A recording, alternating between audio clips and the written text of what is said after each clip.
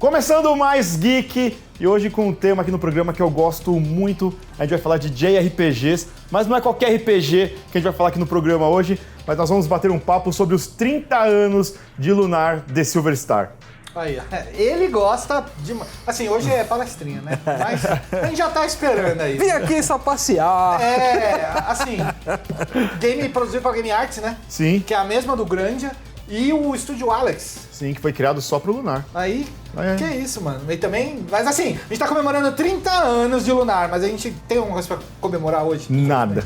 Anda. Absolutamente nada. É triste isso, né? Eu já tenho que começar a reclamar, mas antes de eu reclamar, você tem que acessar geekhere.com.br, que é o nosso portal de notícias com informações sobre anime, games, séries e muitas outras coisas.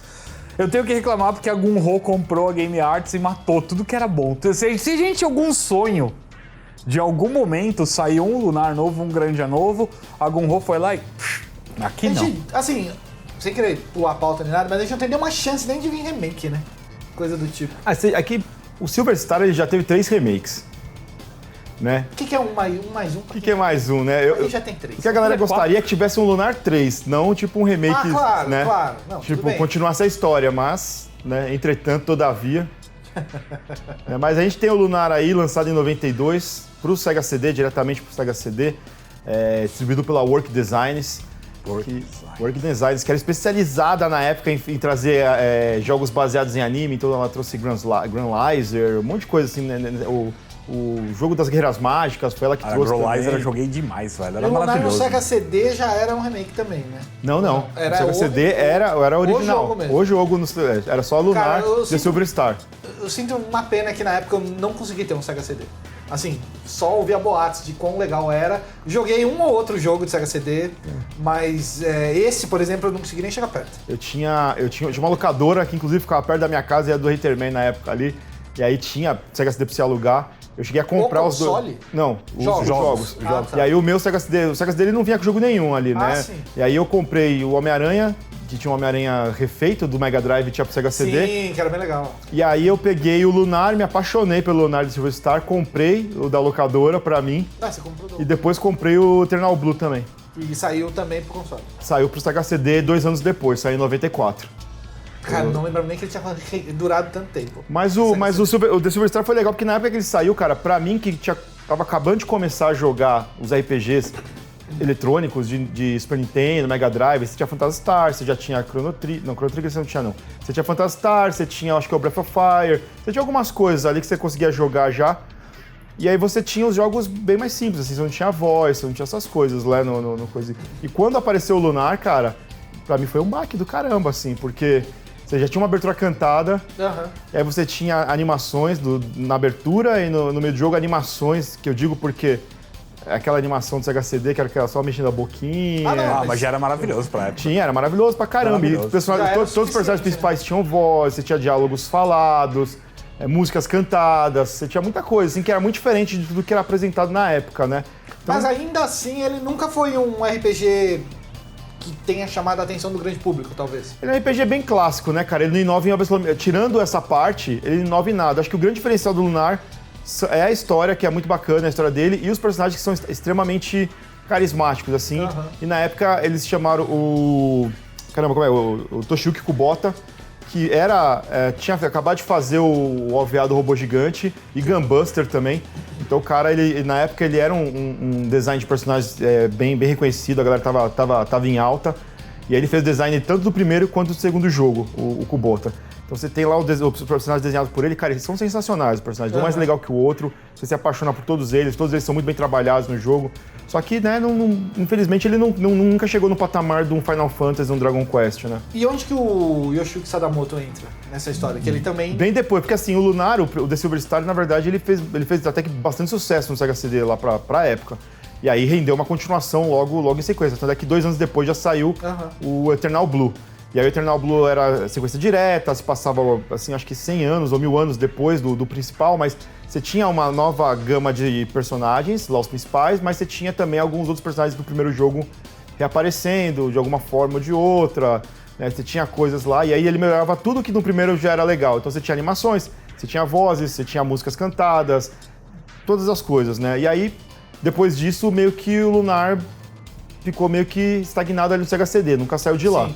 Aí, anos depois, quando a Sega lançou o Sega Saturn, aí a Game Arts foi lá e falou assim, vamos fazer um remake do primeiro Lunar. Aí eles fizeram o remake do primeiro Lunar, que é o Lunar The Silver Star Story Complete.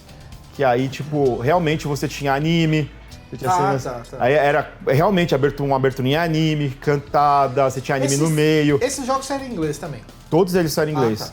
E aí, eu ia perguntar, porque, mas do segundo, que ele veio depois de 95, né? sim, ele veio em 95, Que isso. aí até acho que perguntar pra você se talvez o fato do Chrono Trigger ter saído, né? Sim. E causado aquele rebuliço que foi dentro do mercado de RPG japonês. O Complete, ele saiu no Japão originalmente em 96, né? O Silver Star Complete. E aí, o que aconteceu? O que você tava bombando em 96 na época? Evangelion.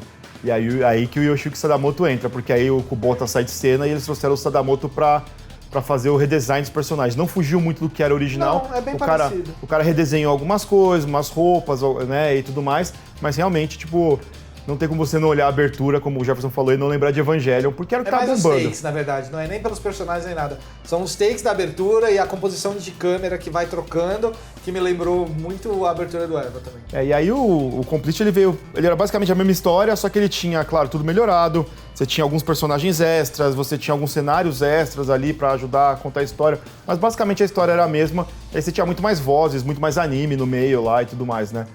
Aí foi quando eu tive contato com o Lunar, foi na época do Saturno. Foi. Porque aí o 2 também ganhou uma sequência, né? Porque aí eles já anunciaram os dois juntos já, né? Ó, Sim. a gente vai fazer o Lunar Silver Star Complete, History Complete, e depois o Eternal Book Complete também, e os dois pra Saturno. Depois eles foram lançados pra PlayStation também, os dois. Nossa, eu nem vi eles no Foram. Play. Eu lembro do Saturno, Foram. que foi quando eu tive um acesso mais prático ali, né? Porque o Sega CD não dava. Não dá. pra mim. Mas o Saturno não, o Saturno era bem mais... E a Game Arts nessa época, ela tava bombando, cara, porque o Final 7, isso em 97 ali, eles acabaram saindo ali em 98, 99, né? Essa versão complete, depois tudo, Sim. assim, tanto Silver Star quanto Eternal Blue. E aí, nessa época, a Game Arts tava bombando, porque em 97 tinha saído o Final Fantasy VII, tinha feito um tremendo sucesso no PlayStation, e o Saturno carecia de algum jogo que batesse de frente com o Final Fantasy VII lá. E engraçado também que nessa época o Final 7 fazendo sucesso, ele ia meio que contra, pelo menos visualmente, contra o que as coisas estavam sendo feitas em termos de RPG, puxando anime, tentando... Não sei se tentando vender pro Ocidente, mas o Ocidente estava comprando. O Ocidente estava na febre de coisa japonesa. E veio igual, mas diferente, né?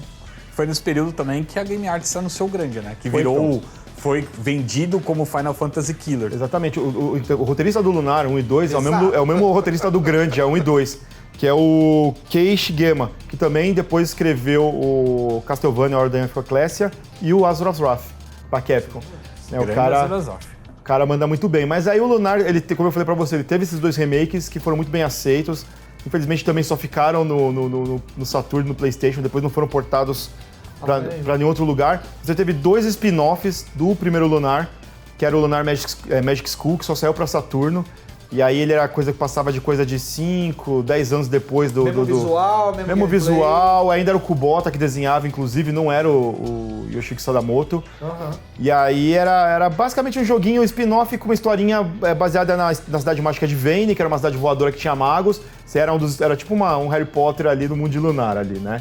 E anos depois, em 2005, eles tentaram trazer de volta, ainda da Game Arts, eles ainda não tinham sido comprados pela Gunho Works lá. E aí eles fizeram o Lunar Dragon Song, que é uma bomba do caramba. Eles trouxeram o Kubota de novo pra desenhar. Tristeza. Ele foi um dos primeiros jogos do Nintendo DS, cara, ele é ruim, cara. Ele é ruim. Mas foge todo do padrão que era de... Ele é diferente, porque é pra portátil, então aí tem aqueles lances de você não ter um mapa de mundo aberto, você vai de ponto A a ponto B Você só... tem que usar as duas telas, porque... Só clicando, sabe? Não tem... A parte de exploração é muito diferente, os personagens são bem qualquer coisa. O personagem principal é tipo um carteiro. E aí ele tem que entregar umas encomendas no começo do jogo, uns negócios assim, cara, Não por causa disso, porque geralmente RPG começa com um Zé Ninguém virando o cara que vai salvar o mundo. Sempre é assim. Mas você tem isso, né? E aí o Silver Star, ele teve dois remakes depois. Ele teve um também em 2005, ali 2007. Não, acho que é 2004, 2005 pro GBA, que era o Lunar Legends. E aí ele é bem capadinho comparado com o que tinha saído antes. Não é muito legal também, não foi uma conversão muito legal. E você teve depois, em 2009, para PSP, o Lunar Harmony of Silver Star. Que aí esse foi a última coisa que saiu de Lunar. É que não faz tanto tempo. Coisa, Quer sabe? dizer, faz tanto tempo. Pro PSP. Só que ele foi, apesar dele ser bem parecido com o Complete, ele tinha algumas diferencinhas. Ele tinha um prólogo com os 4 heróis lendários lá do jogo, antes de você começar o jogo. E você tinha uma batalha final extra, com um inimigo extra lá que eles colocavam.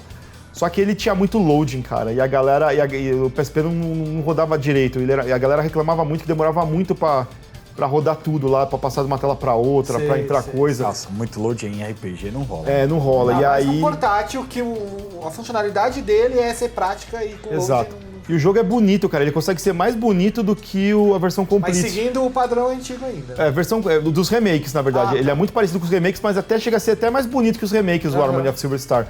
Só que o problema são os loadings, né? Os loadings são extremamente carregados ali, e aí não dava pra jogar direito, o jogo ficava travado. Eu até tentei jogar, acho que foi o único Lunar que eu não terminei foi esse aí, o Harmony, porque realmente é bem difícil, cara, de você ficar aguentando os loads lá. E assim, falando de 30 anos, gente, 30 anos não é uma marca que a gente Exato. alcança sem muitos lançamentos. A série teve alguns, mas muito remake, muito relançamento. Você acha que existe alguma possibilidade da gente ter um Lunar novo e de alguma maneira... O que todo mundo... Nem um sucessor espiritual, assim, não. qualquer coisa. É que assim, como o Anderson falou, a Gamersol foi comprada pela Gunho Works, e aí os caras meio que mataram, tanto o Grandia quanto o Lunar. Nenhum das... Não sai mais nada, absolutamente mais nada. O Grandia chegou a ser relançado em algum O momento Grandia agora, saiu recente. o HD Remaster, né, pra era Switch, pra... Em 2017, Steam, 2017 fez 20 anos de Grandia, e aí eles fizeram esse Saiu HD no Steam, Remaster. não saiu? Saiu. Oi? No Steam, Saiu no Steam também, no Switch. Switch.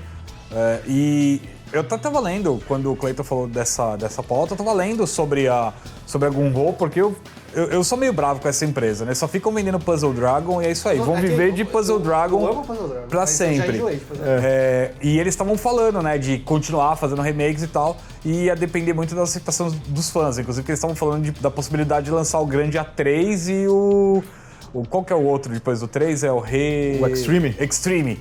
Por favor, não façam Por isso. favor, né? não. Por favor, não.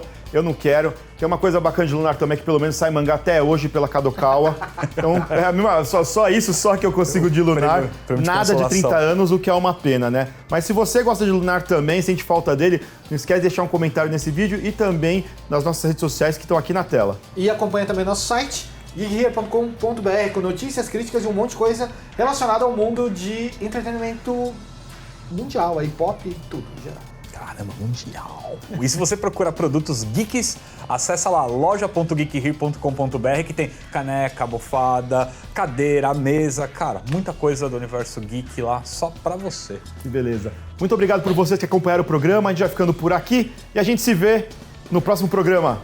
Tchau, tchau.